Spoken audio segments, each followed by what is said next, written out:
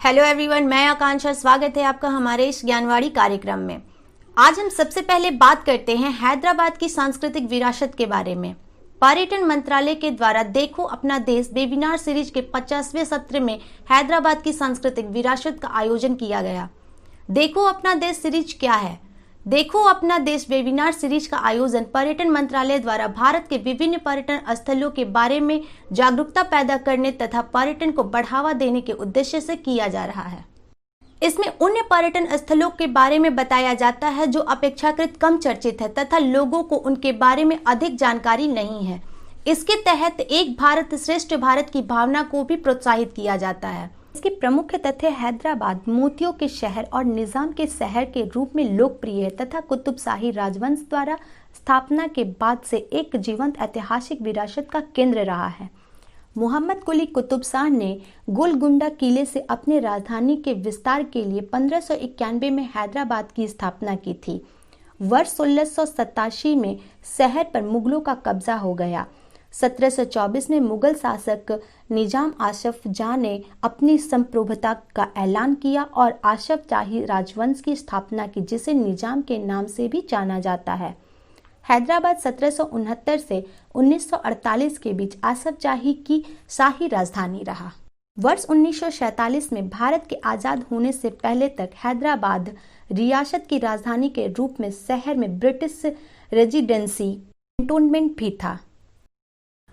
अब जानते हैं वर्ली चित्रकारी के बारे में। हाल ही में भारतीय लोक कला को बढ़ावा देने के उद्देश्य से उर्वरक विभाग के अधीन सार्वजनिक क्षेत्र के एक उपक्रम नेशनल फर्टिलाइजर लिमिटेड द्वारा नोएडा स्थित अपने कॉर्पोरेटर कार्यालय की बाहरी दीवारों को महाराष्ट्र की प्रसिद्ध वर्ली पेंटिंग से सजाया गया है। वर्ली कौन है? महाराष्ट्र गुजरात सीमा पर पहाड़ी एवं तटीय इलाकों में रहने वाली एक देसी जनजाति है। इनकी बोली वर्ली है। इस बोली की कोई लिपि नहीं है, अर्थात यह अलिखित भाषा है और इसका संबंध भारत के दक्षिणी क्षेत्र की इंडो आर्यन भाषाओं से है। महाराष्ट्र अपनी वर्ली लोक चित्रकारी के लिए प्रसिद्ध है। वर्ली चित्रकारी के चित्र भीमबेटका की शैली गुफाओं के चित्र के समान है। यह मनुष्य और प्रकृति के बीच घनिष्ठ संबंध को दर्शाती है। इसमें केंद्रीय विषय के रूप में शिकार, मछली पकड़ने, खेती, त्योहारों और नृत्यों, पेड़ों और जानवरों को चित्रित करने वाले दृश्यों को उपयोग में किया जाता है। वर्ली चित्रकारी मुख्यतः महिलाओं द्वारा की जाती है। अब जानते हैं राष्ट्रीय डिजिटल स्वास्थ्य मिशन के बारे में। स्वतंत्रता दिवस पर राष्ट्र के नाम पर अपने संबोधन में प्रधानमंत्री द्वारा राष्ट्रीय डिजिटल स्वास्थ्य मिशन का आरंभ किया गया है। इस मिशन के अंतर्गत प्रत्येक भारतीय को राष्ट्रीय स्वास्थ्य पहचान पत्र प्रदान किए जाएंगे। इस परियोजना को प्रारंभिक तौर पर चंडीगढ़, लद्दाख, दादरा और नगर हवेली तथा दमन के दीव, पंडिचेरी, अंडमान और निकोबार द्वीप समूह तथा लक्षद्वीप केंद्र शासित प्रदेशों में आरंभ किया जाएगा। राष्ट्रीय डिजिटल स्वास्थ्य मिशन क्या है? यह एक डिजिटल स्वास्थ्य पारितंत्र है जिसके अंतर्गत प्रत्येक भारतीय नागरिक को एक यूनिक स्वास्थ्य पहचान पत्र दिया जाएगा, जिससे व्यक्ति के सभी डॉक्टरों के साथ साथ नैदानिक परीक्षण और निर्धारित दवाओं का अंकीकृत स्वास्थ्य रिकॉर्ड सम्मिलित होगा। इस मिशन का उद्देश्य देश में स्वास्थ्य सेवाओं में दक्षता और पारदर्शिता लाना है। यह नई योजना आयुष्मान भारत प्रधानमंत्री जन आरोग्य योजना के तहत शुरू की जाएगी। राष्ट्रीय डिजिटल स्वास्थ्य मिशन के तहत प्रत्येक भारतीय को एक हेल्थ आईडी कार्ड दिया जाएगा जो हेल्थ अकाउंट के रूप में कार्य करेगा, जिसमें व्यक्ति की पिछली चिकित्सा स्थितियों, उपचार और निदान के बारे में जानकारी सम्मिलित होगी। इस मिशन की आवश्यकता है। इस मिशन का उद्देश्य नागरिकों के लिए सही डॉक्टर को खोजने, मुलाकात के समय परामर्श शुल्क का भुगतान करने, चिकित्सीय नुस्खों के लिए अस्पतालों के चक्कर लगाने से मुक्ति दिलाना है। इसके साथ ही यह लोगों के लिए सर्वोत्तम संभव स्वास्थ्य सुविधाएं प्राप्त करने के लिए एक सुविज्ञ निर्णय लेने में सक्षम बनेगा। इस महत्वाकांक्षी राष्ट्रीय डिजिटल स्वास्थ्य मिशन को नीति आयोग द्वारा वर्ष 2018 में प्रस्तावित किया गया था। इसके तहत व्यक्ति की सभी स्वास्थ्य संबंधी जानकारी को एक जगह पर रखा जाएगा। अब जानते हैं निर्वाचन आयुक्तों की नियुक्ति के बारे में। हाल ही में संविधान के अनुच्छेद 324 के अनुसार राष्ट्रपति द्वारा राजीव कुमार को चुनाव आयुक्त के पद पर नियुक्त किया गया है। भारत के संविधान के अनुच्छेद 324 के अंतर्गत संसद, राज्य विधानमंडल, राष्ट्रपति एवं उपराष्ट्रपति के पदों के निर्वाचन के लिए संचालन, निर्देशन एवं नियंत्रण तथा निर्वाचन हेतु मतदाता सूची तैयार करने के लिए निर्वाचन आयोग का प्रावधान किया गया है। संविधान में चुनाव आयोग की संरचना के संबंध में निम्नलिखित उपबंध किए गए हैं। निर्वाचन आयोग मुख्य निर्वाचन आयुक्त तथा अन्य आयुक्तों से मिलकर बना होता है। मुख्य निर्वाचन आयुक्त तथा अन्य निर्वाचन आयुक्तों की नियुक्ति राष्ट्रपति द्वारा की जाएगी। जब कोई अन्य निर्वाचन आयुक्त इस प्रकार नियुक्ति किया जाता है तो मुख्य निर्वाचन आयोग के अध्यक्ष के रूप में कार्य करेगा। राष्ट्रपति निर्वाचन आयोग की सहायता के लिए आवश्यकता समझने पर निर्वाचन आयोग की सलाह से प्रादेशिक आयुक्तों की नियुक्ति कर सकता है। अब बात करते हैं नमत बसई के बारे में। यह केरल सरकार का आदिवासी बच्चों को उनकी मातृभाषा में शिक्षा प्रदान करने का अनूठा कार्यक्रम है। इसे समग्र शिक्षा केरल के द्वारा लागू किया गया है। समग्र शिक्षा केरल द्वारा विशेष रूप से नमत बसई के लिए 50 लैपटॉप वितरित किए गए हैं। इसमें यूट्यूब चैनल के माध्यम से प्री रिकॉर्डेड कक्षाएं भी प्रदान की जाती है। इस कार्यक्रम ने सैकड़ों आदिवासी बच्चों को उनकी मातृभाषा में शिक्षा प्रदान कर ऑनलाइन कक्षाओं में नियमित रूप से उपस्थित रखने में सफलता हासिल की है। अब जानते हैं नुआखाई जुहार क्या है। नुआखाई जुहार कृषि त्यौहार है जिसे नुआखाई पर्व या नुकाही भेंटघाट भी कहा जाता है।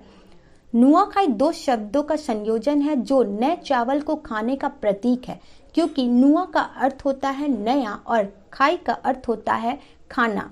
इस दिन लोग अन्न की पूजा करते हैं और विशेष भोजन तैयार करते हैं।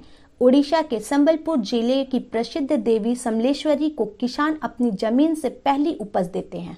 जानते हैं ट्राई फूड परियोजना के बारे में। हाल ही में केंद्रीय जनजाति मामले मंत्री द्वारा महाराष्ट्र के रायगढ़ और छत्तीसगढ़ के जगदलपुर में ट्राईफेड की ट्राई फूड परियोजना के तृतीयक प्रसंस्करण केंद्रों का आरंभ किया गया है। ट्राई फूड परियोजना का कार्यान्वयन खाद्य प्रसंस्करण मंत्रालय के सहयोग से ट्राईफेड जनजाति मामले के मंत्रालय द्वारा किया जा रहा है। इस परियोजना का लक्ष्य जनजाति वन्य संग्रहकर्ताओं द्वारा संग्रहित एमएफपी के बेहतर उपयोग एवं मूल्यवर्धन के जरिए जनजातियों की आय को बढ़ाना है। अब जानते हैं ट्रांसजेंडर व्यक्तियों के लिए राष्ट्रीय परिषद। हाल ही में केंद्र सरकार द्वारा ट्रांसजेंडर व्यक्तियों के लिए राष्ट्रीय परिषद का गठन किया गया है। राष्ट्रीय परिषद के अध्यक्ष सामाजिक न्याय मंत्री होंगे तथा इसमें 10 केंद्रीय विभागों, 5 राज्यों तथा ट्रांसजेंडर समुदाय के प्रतिनिधि सदस्यों के रूप में सम्मिलित होंगे। यह ट्रांसजेंडर व्यक्तियों के लिए भारत की पहली परिषद है तथा इसका गठन ट्रांसजेंडर व्यक्तियों अधिनियम 2019 के तहत किया गया है। परिषद के 5 मुख्य कार्य हैं। केंद्र सरकार को ट्रांसजेंडर व्यक्तियों के संबंध में नीतियों, कार्यक्रमों, कानून और परियोजनाओं के निर्माण पर सलाह देना, ट्रांसजेंडर व्यक्तियों की समानता और पुण्य भागीदारी प्राप्त करने के लिए डिजाइन की गई नीतियों और कार्यक्रमों के प्रभाव की निगरानी और मूल्यांकन, सभी विभाग की गतिविधियों की समीक्षा और समन्वय करना, ट्रांसजेंडर व्यक्तियों की शिकायतों का निवारण और केंद्र द्वारा निर्धारित ऐसे अन्य कार्य करना। अब जानेंगे गुवाहाटी में भारत का सबसे लंबा नदी रोपवे के बारे में। आसाम के गुवाहाटी को देश का सबसे लंबा रिवर रोपवे मिल गया है। इसमें उत्तरी गुवाहाटी और शहर के मध्य हिस्सों के बीच यात्रा का समय घटाकर 8 मिनट रह जाएगा। यह रोपवे ब्रह्मपुत्र नदी के 2 किनारों को आपस में जोड़ेगा। यह रोपवे 1.8 किलोमीटर लंबा है। इसमें 2 केबिन हैं। हर केबिन में 30 यात्री बैठ सकते हैं। अब जानते हैं चर्चित व्यक्ति बोंडा जनजाति के बारे में। यह ओडिशा के मलकानगिरी जिले की पहाड़ियों में रहने वाला आदिवासी समुदाय है। यह विशेष रूप से कमजोर आदिवासी समूह के अंतर्गत आते हैं। उनकी आबादी लगभग 7000 है। बोंडा जनजाति को रेमो बोंडा अथवा बोंडो के नाम से जाना जाता है। बोडो भाषा में रेमो का अर्थ है लोग। ऐसा माना जाता है कि बोंडा ऑस्ट्रो एशियाटिका जनजातियां हैं जो जंगली जयपुर पहाड़ियों के वंशज निवासी हैं। बोंडा जनजाति की लड़कियों का विवाह कम आयु में होता है और लड़के की आयु लड़की की आयु से 2 गुना होना सही माना जाता है। हाल ही में ओडिशा के बोंडा जनजाति के लोग कोविड-19 से संक्रमित पाए गए हैं। सिन गुड्स एवं सिन टैक्स। हाल ही में वित्त मंत्री द्वारा एक वक्तव्य में कहा गया कि 2 पहिए वाहन ना ही विलासियता की वस्तुएं हैं और ना ही पातक वस्तुएं हैं, इसलिए यह वाहन जीएसटी दर में संशोधन के पात्र हैं। वर्तमान में 2 पहिए वाहनों पर 28% जीएसटी लगती है। सिन गुड्स अथवा पातक वस्तुएं वे होती हैं जिन्हें समाज के लिए हानिकारक माना जाता है। सिन गुड्स के उदाहरण शराब और तंबाकू, कैंडी, ड्रग्स, शीतल पेय, फास्ट फूड, कॉफी, चीनी, जुआ और पोर्नोग्राफी। सिन टैक्स अथवा पातक कर उन वस्तुओं पर लगाया जाता है जो स्वास्थ्य पर प्रतिकूल प्रभाव डालते हैं, जैसे तंबाकू और शराब। अब बात करते हैं विश्व उर्दू सम्मेलन के बारे में। हाल ही में राष्ट्रीय उर्दू भाषा विकास परिषद द्वारा नई दिल्ली के विश्व उर्दू सम्मेलन आयोजित किया गया था।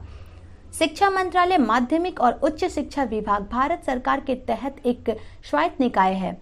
इसे वर्ष 1996 में उर्दू भाषा के प्रचार के लिए राष्ट्रीय नोएडा एजेंसी के रूप में स्थापित किया गया था। आज के लिए इतना ही, फिर मिलेंगे नई जानकारी के साथ। अगर वीडियो पसंद आए तो इसे लाइक, शेयर और सब्सक्राइब करें। Thanks for watching my video.